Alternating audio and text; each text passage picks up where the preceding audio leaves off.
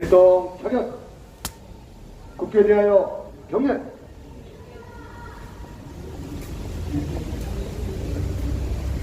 바로 다음은 순국선열 및 수국명령 2017년 3월 10일 공권력에 의해서 실행당하신 5인의 애국열사에 대한 묵념이 있겠습니다. 일동 묵념.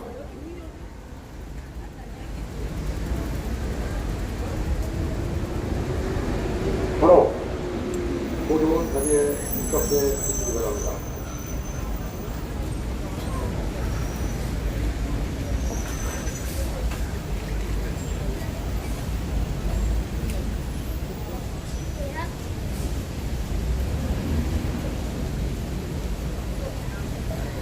오늘이 광화문 천막 당사 투쟁 117차 되는 날이죠. 박근혜 대통령께서 인신감금은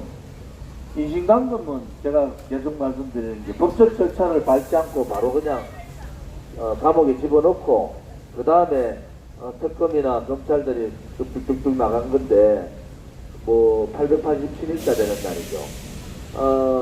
대통령께서 결국은 대법원 판결을 보면은 말세필 가지고 현직 대통령이 탄핵됐다. 그것이 국정농단이 돼가지고 25년형을 받은 거예요. 다 합쳐서 33년, 32년이라는데 뭐 30년이 아니라 300년은 받으면 무슨 의미가 있습니까? 죄가 없는 것은 없는 거고, 또 뇌물죄나 제3자 뇌물죄, 이번에 대법원에서 들고 온 게 묵시적 청탁 아닙니까? 대법원 판결이 이렇게 가면 앞으로 법의 잣대에서 묵시적 청탁을 걸면은 안 걸린 사람이 아무도 없잖아요. 묵시적 청탁이 뭡니까? 이재용이는 말을 안 했는데 박근혜 대통령도 아무 말도 안 했는데 서로 눈빛으로 알았다는 거예요. 그 관심법이잖아요. 그 어떻게 대한민국의 법정에서 묵시적 청탁을 얘기할 수가 있습니까? 그래서 이거는 대법원 판결이 아주 잘못됐는데, 그 중에서 3명의 대법관이 삼성, 최순실, 정유라 말 3마리가 뇌물이 아니다, 이렇게 명백하게 얘기를 했고, 소수 의견은 보통 1명이 되는데 3사람이 명백하게 이것은 뇌물로 볼 수 없다, 이렇게 얘기한 거고, 그렇게 언론 방송에서 안종범 수첩 가지고 이래 장난치고 저래 장난치고, 검찰은 안종범 수석을 가지고 소설을 썼잖아요. 소설. 여러분 소설인 줄 아세요? 소설이 뭐냐? 신문기사 나온 거하고 안종범 수첩의 날짜를 바꾸면 그게 소설이 되는 겁니다. 신문을 보고, 안종범이는 신문기사를 보고 자기가 검찰에 조사받을 때 참고를 하기 위해서 썼던 내용을 그 기사 앞으로 내용을 돌리면은 그거는 기획이 되잖아요. 그것이 소설이라는 거예요. 그래서 이번에 대법원에서 증거로 볼 수 없다, 이렇게 안종범 수첩 증거를 거부했지 않습니까? 그래서 지금 사항들이 지금 되게 복잡하게 된 거예요. 박근혜 대통령이 받았는 무죄는 다 무죄라고 하고 나머지는 2심 재판부로 다시 넘겼는데, 파기환송된 내용을 보면은 기가 막힌 내용이 많은 거. 결국 결과는 뭐겠습니까? 국정농단 없다, 뇌물받은 거 없다, 그 다음에 말 3마리가 박근혜 대통령하고 전혀 상관없는 삼성말 3마리가 정유라 소유인 거 아닌가. 그런데 이경재 변호사인가요? 그래서 계약서 이렇게 깠잖아요. 계약서 보면은 그 계약서에 뭐라고 되어 있습니까? 말은 삼성 거예요. 또 말 팔아가지고 그 돈이 어디로 갔느냐? 삼성으로 더 입금이 된다고.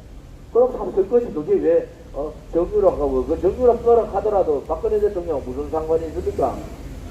일국의 대통령을 집어넣어도 명분과 증거가 있어야 되잖아요. 증거 없이 이렇게 하는 것은 잘못됐다 말씀을 드리고, 언젠가는 이 법의 잘못된 판결이 언젠가는 역사의 심판을 받을 거다, 저는 그렇게 확신을 합니다.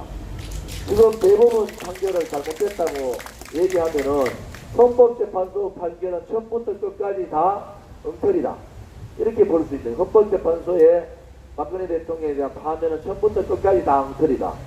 지금 여러분들 헌법재판소 판결 내용하고 대법원 판결 내용을 비교해 보면은 다 틀려요. 헌법재판소는 무슨 판결을 한 거예요? 그것은 시대적 소위 말하는 수구 촛불 쿠데타 세력의 수구 노릇을 한 것이다. 저는 그렇게 정의를 합니다. 그래서 박한철이나 이정미가 받은 훈장은 역사에서 그것이 훈장이 아니라 그 집안의 대대손손 역적으로 몰릴 수밖에 없는 그러한 것이 될 것이다. 저는 그 전에 말씀드린 게 있어. 오늘 한성옥 그 탈북 여성이 그 모자가 대한민국 수도 서울에서 굶어 죽었습니다. 굶어 죽어가지고 그것이 억울하다고 탈북자 단체 또 많은 외국 국민들이 빈소를 차렸어요.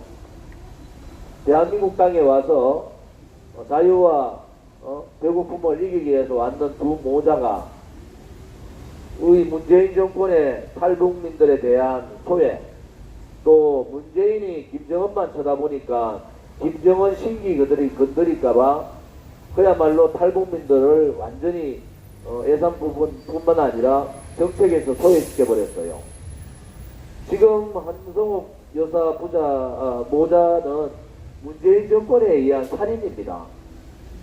그래서 이것이 잘못됐다고 탈북단체 또 외국 시민들이 바로 앞에다가 그 빈소를 차렸는데 오늘 이 빈소 철거하겠다고 소방, 경찰, 서울시가 총동원이 돼가지고 했어요.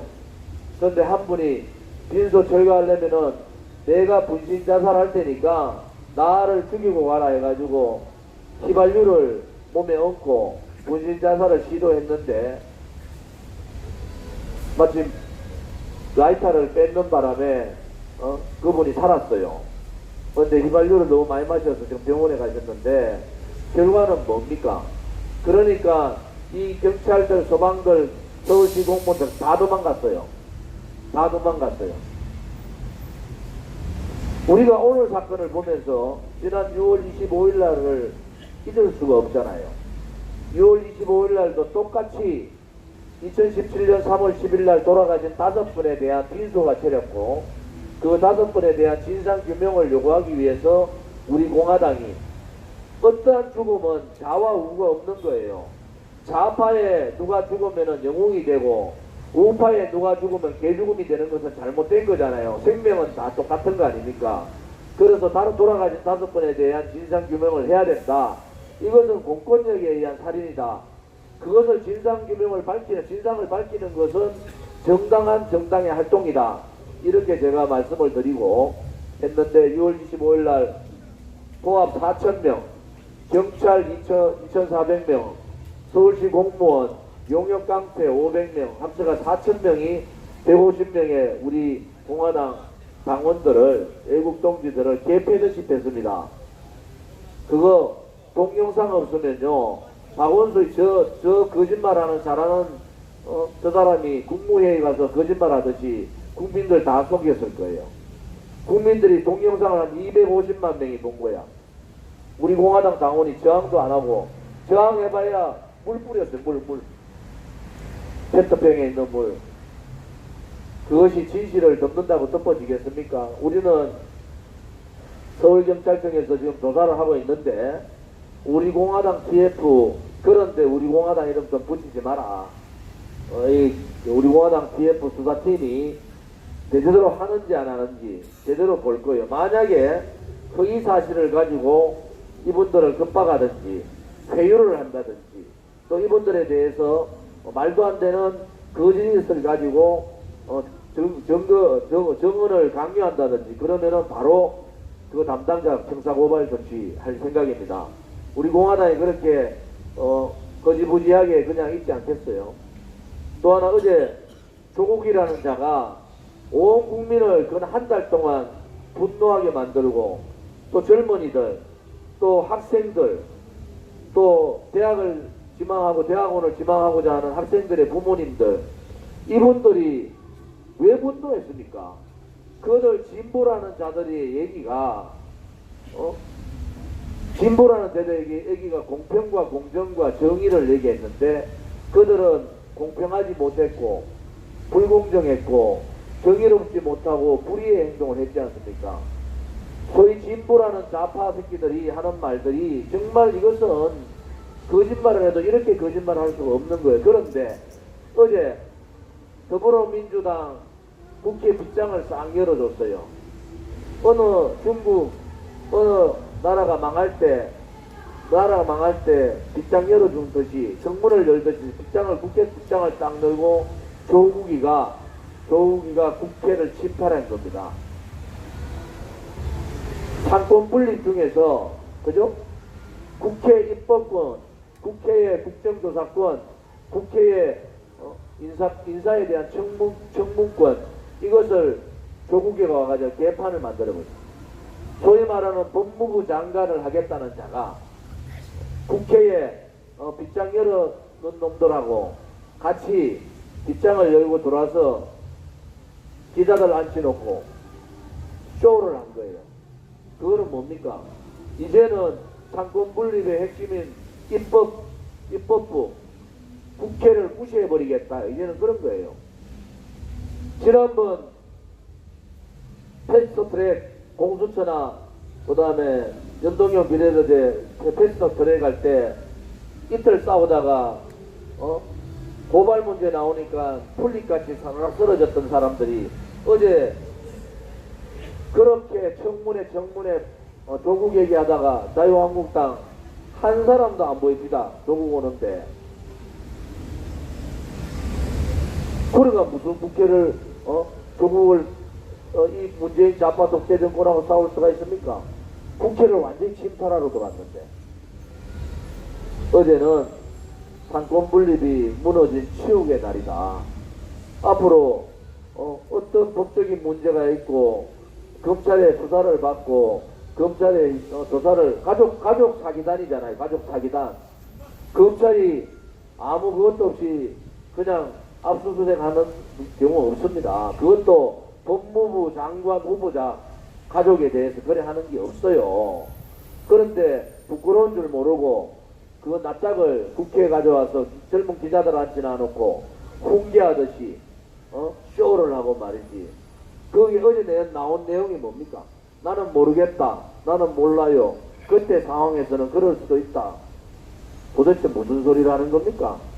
우리 국민들 어제 그거 보다가 앞에 보다가 다 꺼버렸다. 시청률이 확 떨어졌고 저거 들으려고 지금 우리가 이거 tele보고 있느냐. 어제 조국이 와서 셀프 기자 간담회 했는데 결국 국민들을 더 화나게 만든 거예요. 국민들께서 이제 아셔야 되는 게 이게 다른 장관도 아니고 법무부 장관이에요. 법무부 장관이 대놓고 국회를 침탈했고 입법부의 권한을 깨버린 거예요. 자, 이런 자가 법무부 장관이 되면은 법을 얼마나 법을 유린하겠습니까? 아무런 것도 없이 그냥 자기 청문회 하지 않고 기자간담회 한 거 우리 국회 생기고 처음이에요. 이렇게 문재인 정부는 한 번도 경험하지 않은 나라를 이런 식으로 그렇게 보여줍니까? 문재인이가 얘기했듯이 한 번도 경험하지 않은 나라를 얘기했는데 김정은한테 삶은 소대가리 개똥이라는 소리나 듣는 한 번도 경험하지 않은 나라, 국회 청문회를 무산시키고 기자간담회를 하는 한 번도 경험하지 않은 나라, 대한민국이 경제가 망해가지고 성장률 1%대, 이제 2%도 아니에요. 1%대. 물가, 소비자 물가 마이너스. 그건 뭡니까? 잃어버린 일본의 20년 아니에요. 나라가 망한 거예요, 지금. 경제에 허덕거리면 제일 먼저 힘든 분들이 서민들인데, 서민이 다 죽어가는데 저거 잘났다고 저렇게 어제 국회에서 앉아가지고 8시간, 9시간씩 저렇게 하는 게 그게 올바른 정신 가진 사람들의 모습이라고 저는 보지 않습니다. 그래서 올바른 정신 가진 사람들이 붉은 폭주의 열차를 세워야 돼요. 우리 올바른 정신 가진 사람들이 저 덜 떨어진 새빨간 토착 빨갱이들을 몰아내야 된다는 거예요. 토착 빨갱이들이 이렇게 있을 줄 모르셨죠? 저들은 정말로 토착 빨갱이들이에요. 그렇지 않고서야 어떻게 나라를 이런 식으로 한 번도 경험하지 못한 치욕의 나라를 만듭니까? 이제는 우리 공화당 동지들 뿐만 아니라 우리 애국 국민들께서 이제 정말 용기를 가지고 일어나셔야 됩니다. 이제는 용기를 가지셔야 돼요. 우리가 광화문에 천막 당사를 치고 117일차 이렇게 싸우는 것은 우리 국민들한테 문재인 한줌밖에 안 되는 껍데기 좌파 독재 정권 공포 정치에 절대 굴종하지 말라는 거예요. 그들은 결국 무너집니다. 그들은 무너질 수밖에 없어요. 그러니까 용기를 가지고 불복종할 때는 불복종하고 투쟁할 때는 투쟁해야 된다. 그렇게 저는 생각을 하고 있고 우리 공화당의 홍문정 대표님이나 지도부들도 다 그런 생각을 갖고 있습니다.